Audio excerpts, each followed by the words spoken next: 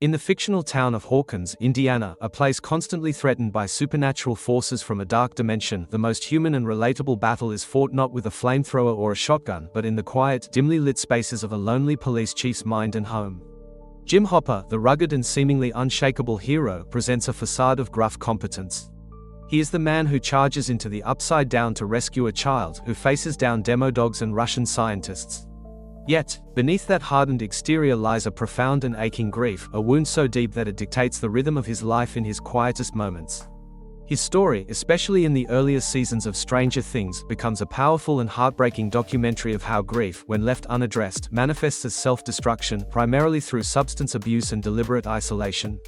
This is not a story of a man battling monsters, but of a man battling his own past, using the only tools he thinks he has: numbness and solitude. To understand Hopper's grief, we must first understand its source. Before the events of the show, Jim Hopper was a different man. He was a father to a beautiful little girl named Sara, and his life revolved around the simple, profound joy of her existence. Her death from cancer shattered his world completely. It broke his marriage, it broke his spirit, and it fundamentally broke his understanding of how to live. The police chief we meet is a man living in the wreckage of that loss. Every day is a reminder of what is gone, and the pain is so immense, so all-consuming, that facing it head-on feels impossible. So, Hopper does what many real people do: he tries to outrun it, to bury it, to drown it. He constructs a life designed not to live, but to manage pain. His substance abuse is the most visible symptom of this attempt. We constantly see him with a cigarette in one hand and a drink in the other. The drinking is not social, it is medicinal. It is a ritual performed alone in his messy, dark trailer. Each beer cracked open, each swig of liquor, is a calculated dose of numbness. The alcohol is a chemical barrier between him and his memories. It dulls the sharp edges of his thoughts about Sara, it quiets the guilt he feels about his failed marriage. And it helps him sleep in a world that feels too cruel and empty. The cigarettes are a companion habit, a constant, slow burn that matches his simmering internal state. This is not portrayed as glamorous or cool, it is shown as a sad, relentless routine. He is not partying, he is self-medicating a psychological wound with a substance that only deepens the depression and isolation it seeks to treat. His isolation is the physical and emotional architecture he builds to protect his grief. Hopper lives in a small, cluttered trailer, a space that reflects his inner turmoil.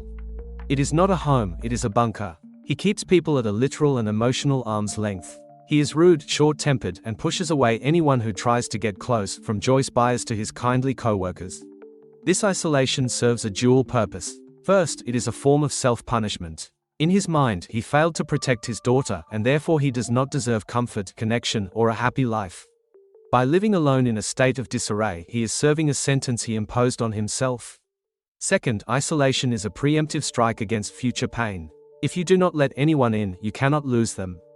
The risk of loving someone, of becoming a father figure again, of opening up to a partner, is terrifying because it opens the door to experiencing that soul-crushing loss a second time. So, he builds walls of sarcasm, authority, and grumpiness. He uses his job as a shield, burying himself in work to avoid having a life outside of it. When Joyce tries to connect with him over their shared understanding of loss and their missing children, he initially resists fiercely. To let her in would be to acknowledge his own grief. To make it real and shared, and that is a vulnerability he cannot afford. He would rather be lonely than hurt again.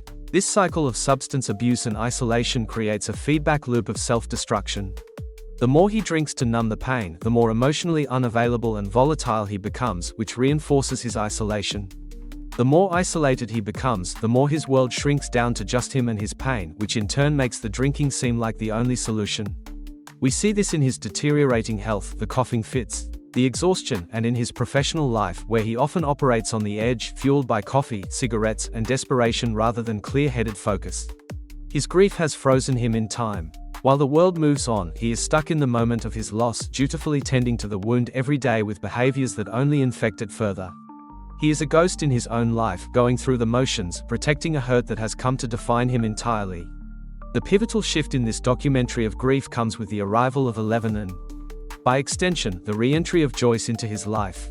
Eleven, a lost and powerful child, becomes an unwitting key to his locked-away heart. In her, he sees not a replacement for Sara, but a second chance to exercise the protective love he still carries. Suddenly, his isolation is breached. He has someone to care for, to feed, to keep safe. The trailer becomes a home with rules about egos and TV time. This responsibility forces him, however reluctantly, to step slightly outside of his cycle of self-destruction. He cannot be passed out drunk if he needs to protect her. He cannot completely wallow if he has to be a parent. Similarly, Joyce's relentless determination forces a human connection he cannot escape. Her grief for her son will mirror his own, and her refusal to give up acts as a mirror to his own surrender. She is living proof that you can carry immense loss and still fight, still love, still connect. Through these relationships, Hopper begins, very slowly and with many setbacks, to choose a different path. The substance abuse doesn't vanish, old habits die hard, but it recedes. The isolation cracks open. He starts to build a family, however unconventional. In his famous heartfelt letter to 11 in the season 3 finale, Hopper articulates this lifelong struggle with stunning clarity. He talks about feeling lost after Sara's death, about shutting people out and building walls. He confesses that his anger and sternness were misguided attempts at protection, born from his own fear of loss. This letter is the thesis statement of his entire character arc. It shows a man finally confronting his grief. Not with a bottle, but with words and vulnerability. He acknowledges the self-destruction and chooses connection instead, even if it is from a distance. Ultimately, Jim Hopper's story is a profound and realistic portrait of mourning. It shows that grief is not a monster you defeat once, but a shadow you learn to live with.